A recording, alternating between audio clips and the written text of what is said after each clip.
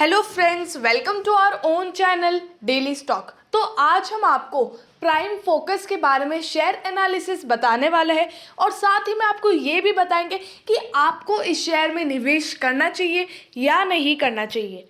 आगे बढ़ने से पहले अगर आपने हमारे चैनल को सब्सक्राइब नहीं किया हो तो आप हमारे चैनल को सब्सक्राइब ज़रूर कर दीजिएगा, साथ ही में हिट द बेल आइकन।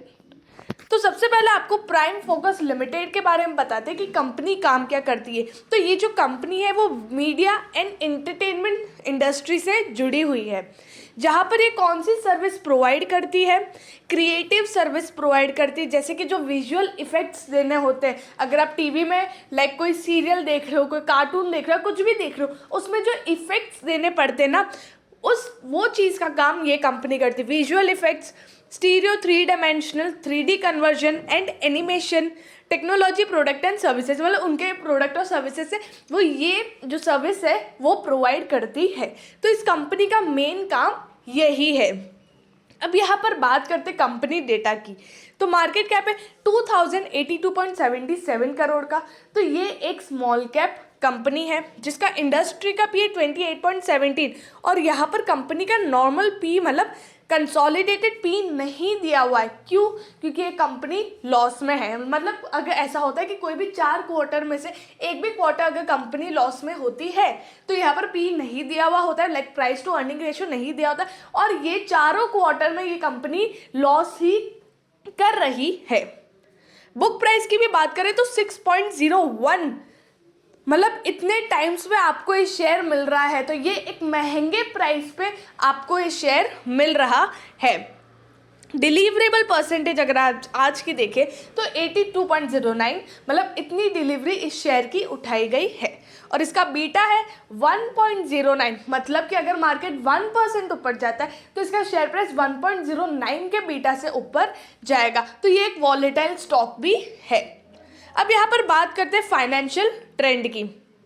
तो जैसे कि अगर आप देखें कंपनी का रेवेन्यू 2029 करोड़ इन 2018, 2019 की बात करें तो कंपनी का रेवेन्यू था 2066 करोड़, 2020 की बात करें तो 3001 करोड़, और 2021 की बात करें तो थोड़ा सा यहाँ पर कंपनी का जो डिक्रीमेंट है कंपनी के रेवेन्यू में, कंपनी का जो सेल्स है उसमें डिक्रीमेंट 2061 करोड़। तो यहाँ पर रेवेन्यू में थोड़ी सी गिरावट आई है, लेकिन कंपनी यहाँ पर हमेशा लॉस ही बुक करती है। लाइक यहाँ पर 4 साल का डेटा आप देखें तो हमेशा कंपनी लॉस बुक कर रही है। यहाँ पर कंपनी ने 50 करोड़ का लॉस बुक किया, यहाँ पर 50 लाख का, यहाँ पर 20 लाख का, यहाँ पर 130 करोड़, 50 करोड़, 20 करोड़, यहाँ पर 130 करोड़, यहाँ पर 40 करोड़। तो हर साल कंपनी लॉस बुक कर रही है। अब इसका रीज़न क्या है कि कंपनी इतना रेवेन्यू अर्न कर रही है तो भी कंपनी यहाँ पर लॉस में ही है।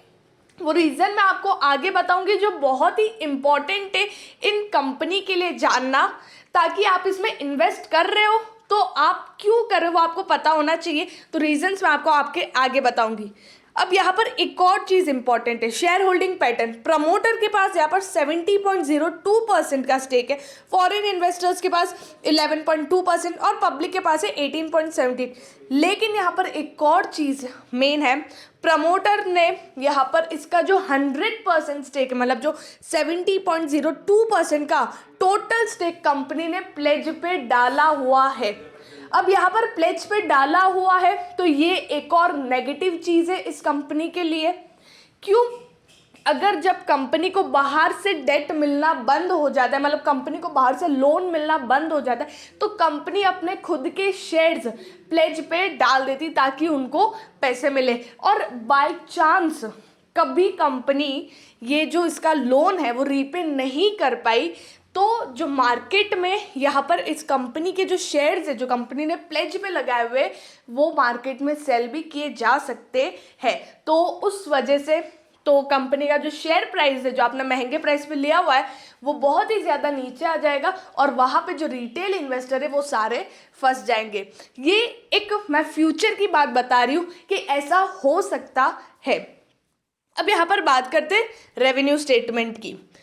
मार्च में 691 करोड़ का सेल्स था, जून में 662 करोड़, सितंबर में 772 करोड़। और यहाँ पर अगर आप देखें कंपनी का एक्सपेंडिचर्स, उसके बाद इंटरेस्ट जो कंपनी लोन पे कर रही है, क्योंकि कंपनी के पास लोन बहुत ज़्यादा है, वो भी मैं आगे मेरे फंडामेंटल्स में बताऊंगी।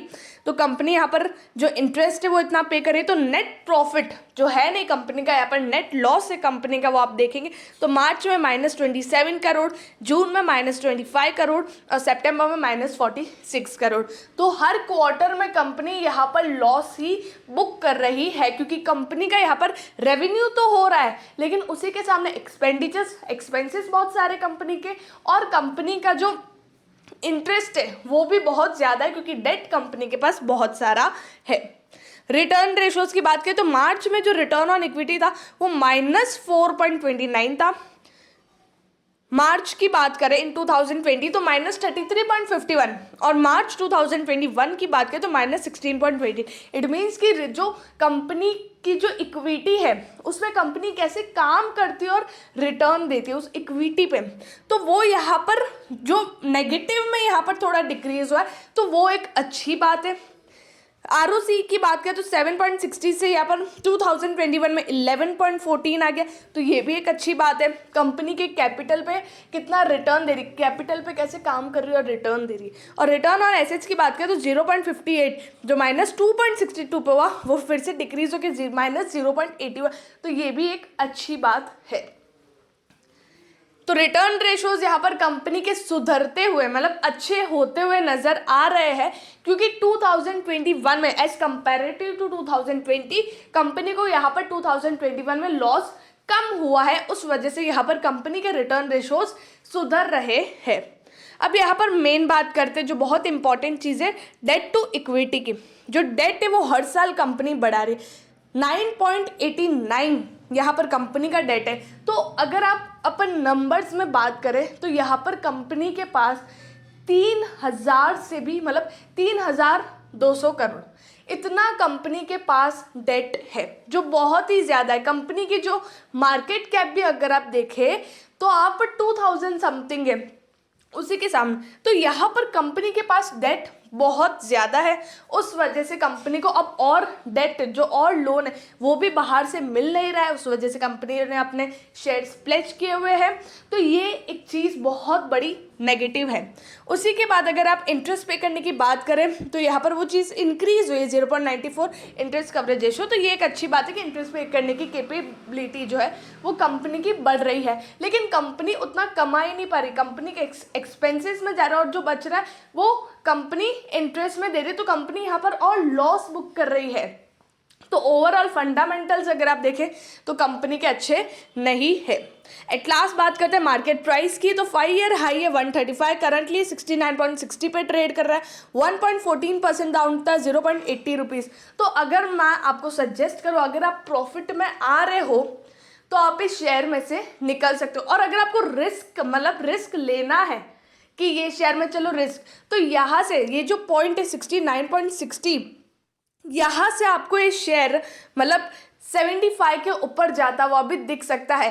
ये सिर्फ शेयर मार्केट जैसे कोई भी जो प्राइस है, कंपनी भले काम कर रही है या नहीं कर रही है, लेकिन प्राइस फ्लक्चुएट होता रहता है।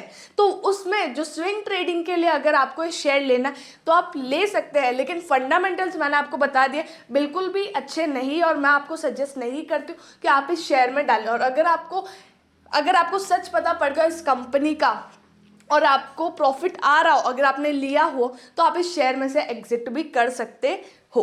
अगर आपको वीडियो अच्छा लगा हो तो please like and share and subscribe our channel. Thank you.